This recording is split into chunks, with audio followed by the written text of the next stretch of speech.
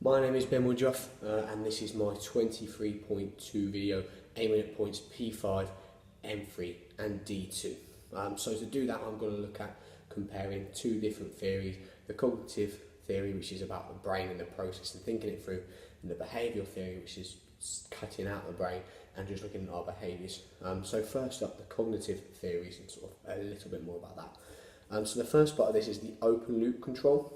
So this is when a decision is made in the brain before performing the skill, not during, but before it, and you'll get feedback after as to how it was performed, due to it being a fast and big movement. So this could be a goal swing, for example. You'll get the feedback before, do the swing, because you can't adjust during because it's too fast. Once you've swung, you know where the ball's gone, you know where you followed through, so you then know how it's gone, and then you get the feedback on how to adjust, make the decision beforehand and go again in that cycle. The opposite of this is closed loop theory. This is when decisions can be made during the skill, and this is because they are slow and more basic skills and movements. So it could be a gymnast balancing. Because she's not balancing really fast, she's keeping still or he's keeping still, they can adjust in between, and that is how you balance, is you adjust using the closed loop theory and getting feedback constantly throughout. Excuse me. The next part we're going to talk about is schema. So schema is your long-term memory, and this comes into the cognitive brain process. Like I said, it's about thinking. You have to recall on something to be able to think about it. So this is the thought process when doing an action. So for example, it could be if you were about to shoot as a player.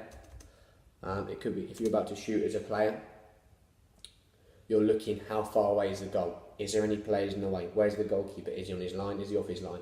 And because of this, you can then make a decision. Okay, I'm going to blast it low. I'm going to try and chip the goalkeeper. I'm not going to shoot. I'm going to pass. This is what scheme is about, is then the thought process behind the decision, which then links into recognition scheme, which is the response to the action made. So if I did then take that shot from my schema saying I had to shoot, I would know if it was bad or good. It might be I know it's good because it was on target, it's bad because it was off target. It's good because I scored, it's bad because I didn't score. Those sort of things in my head, I will then see it as, my brain will then give myself feedback to my schema and let me know if I've done it bad or good. From this, I can then learn on it to improve in my long-term memory. So it is reacting to how well it was performed, so that I can then learn on this to then build on this to get better. Next up is the behavioural theories. So first up, classical conditioning. So this is a theory that the more you practice, the better you will become at something. So Matthew Syden's book Bounce discusses the theory of having to practice for 10 years or 10,000 hours with 1,000 hours a year to get to be an expert at something. This is where the classical conditioning theory comes in. The more you practice, the more your muscle memory will react to it, the better you'll become. You learn and repeat to a set stimulus until you get the desired results. So it could be a table tennis shot, a shot with spins coming in, and you've got to practice how to return that fast. The theory behind this says that if you do that for 10,000 hours, you're going to get it. It's not about thinking. You're not looking to where the ball lands and thinking, okay, I need to hit it like this to put it there. It's just reacting and practicing to get better at it. On from this, the conditional response. So you're knowing what's going to happen when a stimulus occurs.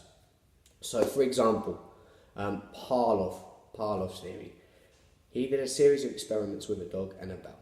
So he would ring the bell before he served the dog dinner. And at first, the dog didn't make any correlation, he'd eat his dinner. After that, he could put the bowl out, the dog wouldn't eat unless the bell was rung, because he linked that with that. So it's then about, this is where you can see that you know what's going to happen when it occurs. So linking this to sport, it could be a tennis player knowing where that player is going to serve because of where he's standing. You can then return that serve because of knowing where he is. That's this theory.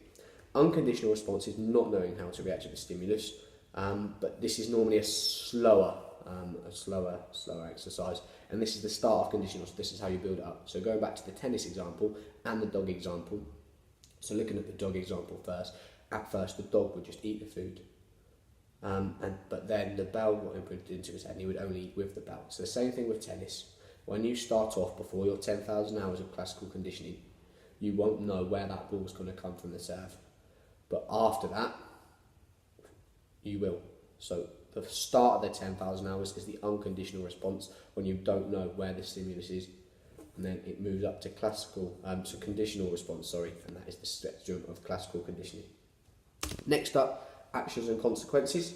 There are sort of 4 bits we're going to talk about: positive reinforcement, negative reinforcement, positive punishment, and negative punishment. So positive reinforcement is a good thing. So it could be that if a player makes a really good pass or scores a goal, you reinforce their good behaviour with something good. So it could be, well done, you've scored that, okay, you get a chocolate, or you get to be captain for the game. It's positive reinforcement, which makes them want to then do it again because they've got praise for it. Negative reinforcement would be punishing someone for doing something bad. So it could be a player misplaces a pass. You've got to reinforce to them that it's bad, so you don't give them the chocolate. You don't say, okay, well done, have a chocolate, because that would have the reverse effect. So positive punishment would be making someone do more work as a result of a bad performance. So if a player misplaces a pass in a match, you would make them do it again in training. This is positive because they're still getting returns out of it, but it's a punishment for that.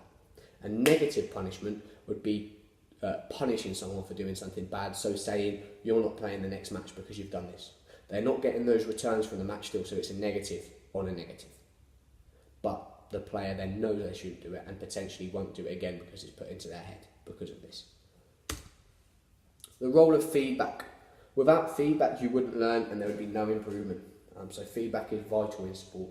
It allows for self-reflection and opportunities to close performance gaps. And it is massively in favour of peer and coach feedback, so that you know where you've gone wrong, what you've done well, what you need to improve on, and that feedback can then help you boost your performance as you know how to make it better, what went wrong, or I can improve it because I need to shoot earlier, I need to shoot later, and you'll gain knowledge of that.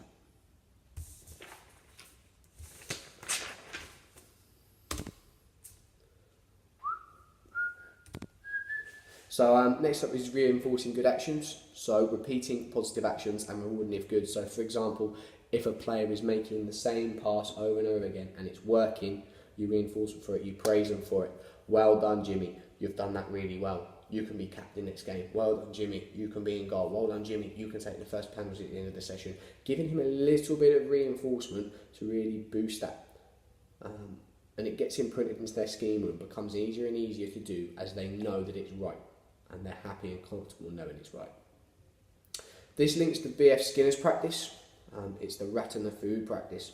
What he did was he put the rat in the cage and there was a lever that he could press to release the food. At first, the rat maybe stumbled upon it a couple of times by accident and the food came out and he didn't know where it had come from. As it happened more often, he then knew where the food was going to come out and how he could get the food. So he'd press the lever and the food would come out and he'd get it. This is the same thing with getting feedback. The rat was giving feedback to itself and reinforcing itself for the good behaviour. The good behaviour being pressing on the lever and the reinforcement being the food. That is where B.F. Skinner's practice comes from. Here are my M3 points. So, in a penalty shootout, I believe you would use both behavioural and cognitive. So picture this. A player is about to take a penalty and the goalkeeper is stood there. The goalkeeper knows where this player puts the penalty. From research, from studying. That is cognitive behaviour. Because he studies where he'll stand, he studied where the ball might go, on average, he studied where the player will have to be positioned for it to go a certain place. This is cognitive because he's prepared, he knows he's going to recall it from his schema before he makes the save as to where it's going. On the flip side of this, behavioural is as soon as the ball is struck, he'll react to it. Because he's not had time to think about it, he's just going on instinct, he's going. The more he does it, you might then start to get the classical conditioning of he knows where people might start going, but he's not thinking about it, he's just reacting on it. I think you've got to use a bit of both as a goalkeeper, because if you don't know where it's going to go from the cognitive and you haven't done your research, you're going to have to use the behavioural. And at a lot of youth football level, you can't use research because you won't have gone to see them, so it will just have to be behavioural. On from this, another example in football of the cognitive theory would be in the 90th minute, time wasting. This isn't a natural reaction, it's not something you do without meaning to. It's something that you'll think about doing. You'll know why you're doing it. You're doing it to slow the game down to try and get yourself a result. If you're 1-2, 1-1, if you need that result, you're going to stop time wasting to do it. And that is cognitive because you're thinking about it. And you know what result it will get. And your scheme will have seen it other times and will know the result. A behavioural example would be a body block. For example, if you're 1-0 up to stop a goal, there's no time to think, you just react. You don't see the person going to shoot and think, okay, so what happens if I don't block them? What happens if I do? You don't have time for that in that fast-paced game. You've got to just throw yourself at it, and that is behavioural. That is just going with your reactions. Now for my distinction points, aiming for the D2 criteria. I believe that cognitive is better because you think about what you're practicing, and actually it gives more time for reflection on it. You can then store in your scheme of what worked well, what didn't work well, so you're more likely to get better quicker and to keep at that level rather than just doing the hours of practicing and looking at muscle memory. It's a quicker way of doing it because you know what works and what doesn't, and you've got it in your head and you can work it out with the cognitive. Also, every movement is either open or closed loop. So because of this, you can practice every movement with open or closed. Like I alluded to, the goal swing, cricket also would be open loop and the closed loop would be balancing. Because of this, you can constantly get feedback and constantly improve. On the flip side of this, it could be when you're in a game trying to make a pass and you're being pressured, cognitive will allow you to think about your options to pass. Behavioural would just be to get it long, get rid of the pressure. So actually in some situations cognitive is better because it will give you more of an advantage. Behavioural is important though. For quick moments of madness like a goal mark scramble, you're just trying to get the ball out, you're not thinking about it, you're trying to get it away from the goal as quickly as possible. Again, blocking, tackling, some of these things might not be stuff you think about, you're just trying to get in there. It might not have happened before, so you don't have any schema to recall from, you don't know if it works or not, so you've just got to go for it, and that's then the behavioural theory. I think the disadvantage to both of them is that they don't acknowledge each other, they don't work together. Both of these theories have a place in sport, as I've alluded to here. Cognitive being that you think and you review and you become better through that, but behavioural being that actually if you practice 10,000 hours, you're going to get good. If you combine them and you get the review combined with the 10,000 hours, you're going to get a really good performer to a really good skill level. Both are needed in different examples throughout the game. Like I've alluded to, when passing, you might need the cognitive, but actually when blocking, you might need the behavioural. And different performers will learn better with either theory. So some might work better by just practicing and getting it and getting it and getting it and just practicing it. Whereas others might work better with thinking it through, talking it through with a coach, with a performance scientist, and actually working out where they've gone wrong, how can they improve, or what went well, okay, let's do that next time. There's a variety of players throughout football, grassroots and elite, and all other sports. So I think that they need to work together more, and that is the disadvantage of both of them.